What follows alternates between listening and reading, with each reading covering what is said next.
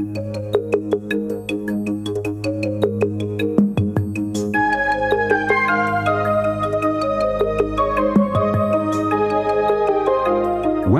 to the International Straight Talk video series on the big emerging markets of the 1990s and beyond.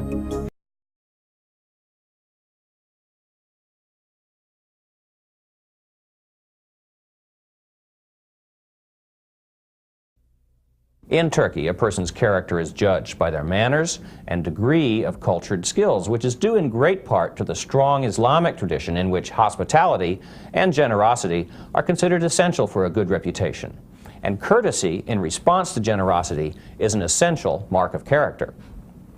99% of the Turkish population is Muslim, a fact that influences all aspects of the society and differentiates it from our own culture, which is, of course, largely the result of the Judeo-Christian religion. However, in these days of trouble and even hostility in much of the Muslim-Western interface, it's well to remember that Muslims refer to all Christians, Jews, and Muslims as people of the book. By that, they mean that all three religions recognize and believe in the sacred nature of the Old Testament, its prophets, and religious principles.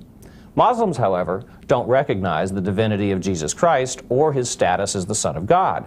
Muslims do accept Jesus as a prophet, but believe that while Jesus brought true prophetic teachings, these teachings later became corrupted, requiring God to call on their own religious leader, Muhammad, who then delivered the final book of God, the Quran, and by doing this became the greatest of the prophets.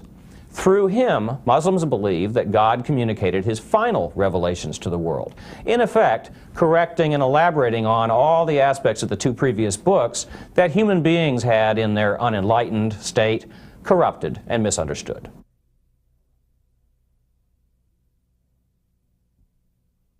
The development of Islamic-based banking and financial institutions started developing within the last decade or decade and a half. This is in response to a lot of Middle Eastern businessmen and companies moving some of their offices into Turkey and looking for banking being done in their terms. But there are a wide variety of financial institutions and local offices of big multinational American and European financial institutions and banks. Muslims willingly and faithfully submit to the will of Allah in all matters. Becoming a Muslim is a matter of personally observing the 5 laws or principles of Islam. The first rule is to say, understand, and believe the phrase that echoes from the towers of every mosque in Turkey: "There is no God but Allah, and Muhammad is his prophet." It is this single profession of faith which makes a Muslim, and not any kind of formal ceremony. Keep in mind that in a culture in which a person who proclaims their faith is accepted among the faithful, a business person who makes a verbal commitment is assumed to have made that commitment sincerely and legally and without reservation. The second law of Islam is that a Muslim must pray 5 times a day at specified times. Now, as an American dealing with Turkish business people, you probably won't experience them dropping behind their desk to pray. However, you should keep in mind that whatever your Turkish associates may seem on the surface, they very likely have a personal involvement with their religious faith on a daily basis.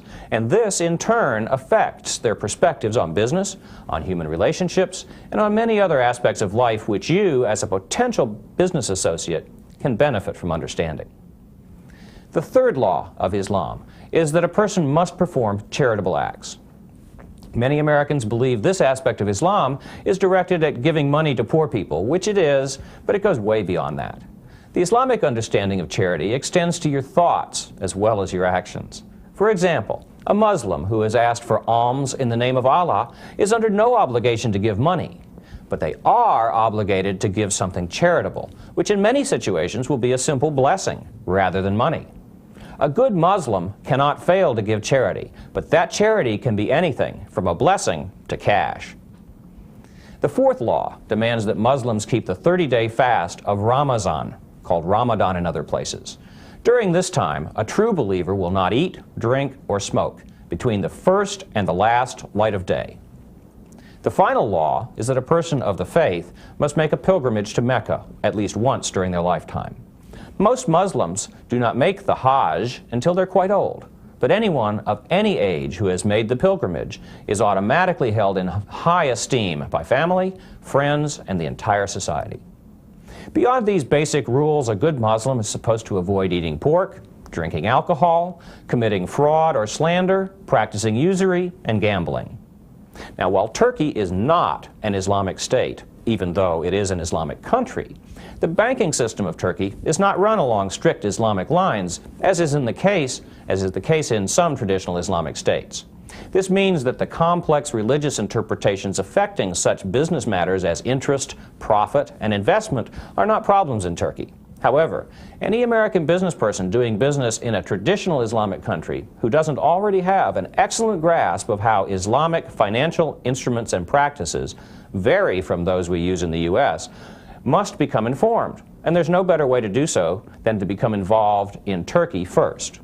By forming a business relationship with a Turkish partner and with a Turkish bank, you'll find your business facilitated in any Islamic country, because the Turks, while not operating in an Islamic banking system, are Muslims themselves and understand the Islamic banking system in other countries intimately. The traditional Islamic state is a theocracy, administered by religious leaders and ruled by Quranic law. Many newcomers to Turkey are surprised to find that Turkey doesn't fit their stereotype of the Muslim state. In fact, Turkey breaks a lot of American stereotypes upon first encounter.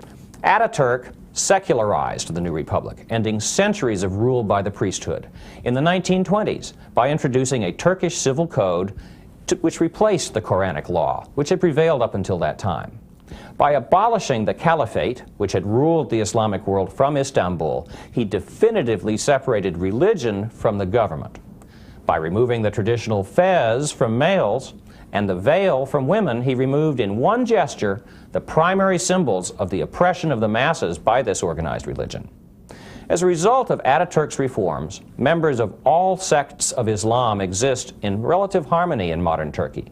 Many of the people you will actually meet socially are not strictly practicing Muslims. They enjoy ham and bacon, they drink wine with their meals, and possibly a cocktail beforehand.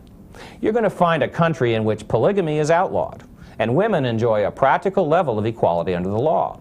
But you'll also meet many Turks who are still strict, practicing Muslims, and many who, while they are not strict Muslims, don't tolerate any disrespect of those who are. This means that as an American business person, it's important that you not be overly concerned about what level and what kind of religious beliefs your Turkish associates maintain, and that you simply project an interest, a respect, and a desire to understand the differences between you and the Turks in a non-judgmental way.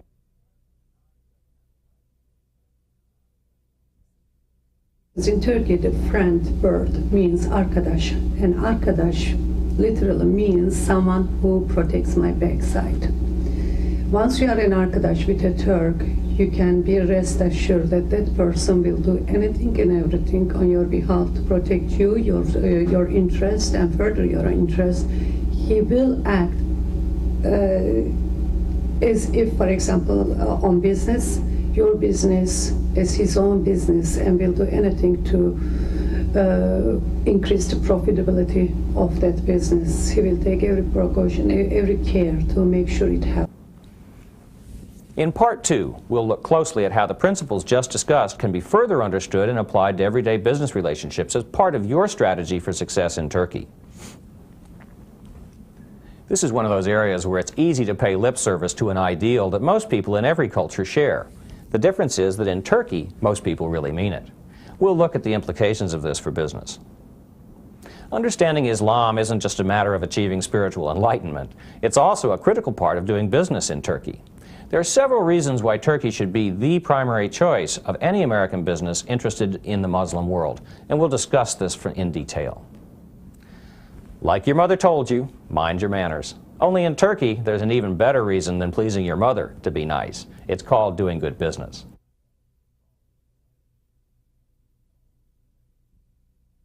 An American business person representing a company goes to Turkey to, let's say, sign a contract, and if they happen to have their lawyers with them, it may not be well received by a Turkish business person if that is the first meeting. Of course, if it is agreed upon that the American business person would bring their, or should bring their lawyer, then there's no problem with it. But as a first step to have their lawyer at the first meeting would perhaps make the relationship a little bit colder, so to speak. Turkey has its own trade laws, rules and regulations that everybody must follow, but as long as parties can close a contract by shaking hands, they would prefer that. As long as they can just sign a short letter agreeing on certain terms, they will prefer that. But if, like I say, again, if the transaction requires lawyers to be there, contracts to be signed exactly as per the current laws and rules and regulations, then there will be no objection. If that's what the law requires, they will go with that. With the modernization of agriculture and the advent of industrialization, the traditional Turkish family lost much of its unique identity and much of its all-inclusiveness. However, the modern metropolitan family in Turkey is quite different from the American nuclear family.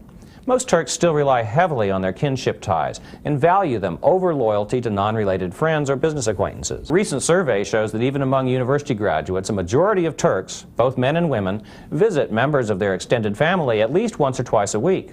And 25% of all university-educated women make visits to their family daily.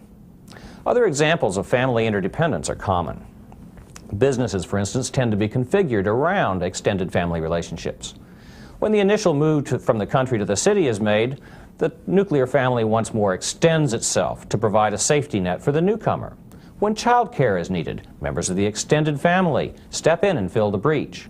And when a man or a woman becomes too old or feeble to look after themselves, they're welcomed back into an extended family group.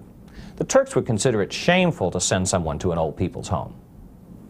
Interdependence, then, is a key characteristic that distinguishes the Turk and the Turkish family from perhaps you and me. We come from a society that puts primary value on the independent self. You know, the I gotta be me theme. For Turks, it's interdependence with others that counts most in their personal, social, and business priorities.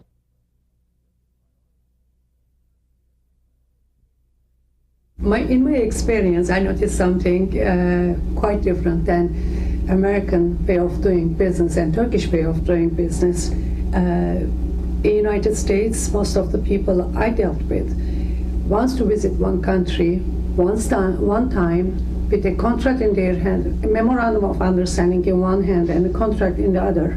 They want to have a meeting, sign the contract, at least the MOU, and get out. But it doesn't work that way in Turkey.